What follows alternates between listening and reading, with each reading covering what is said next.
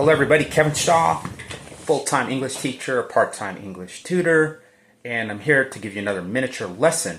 So, I had a college professor and I wrote at a very high level at California State University, and I was an English major, and she would often sit down with me in her office and she would read what I wrote, and I wrote many words. I wrote sometimes 2,000 words when I only needed to write 1,000 or 1,500.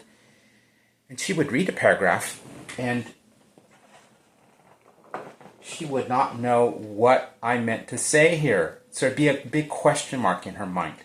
So let's figure out how I learned to revise with power. And you can do this at home by yourself. You can do it with a parent or a friend asking you this question. So she would pause, read what I wrote, and then ask me, what are you trying to say here? What exactly are you trying to say? And I would say to her,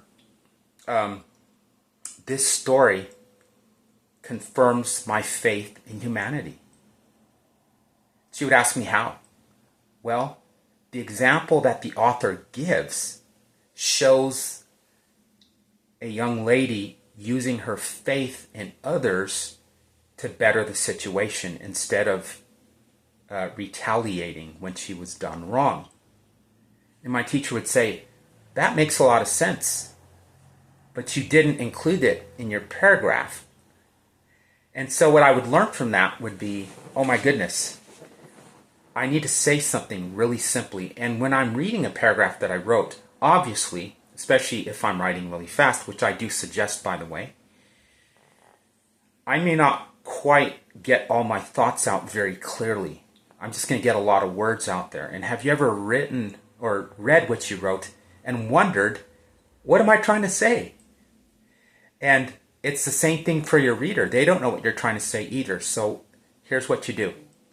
You read what you wrote and you ask yourself, what exactly am I trying to say here? And then verbalize it. Say it out loud, and then write it down. And then compare the two, and you might be surprised that you never actually said it, or you never actually wrote down what you actually said. And so that is how oftentimes you'll come up with a main idea, sentence, or phrase that can begin a paragraph. And then as I gave you in that example, I can elaborate by giving more detail about that, giving examples from the story.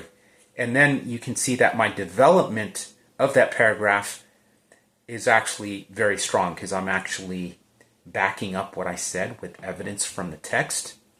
And so there's your miniature lesson there. So if you want more information, feel free to access the information below this video. Your parents can contact me through my Facebook page, or my if there is an email address placed on there, or other contact information. And happy writing.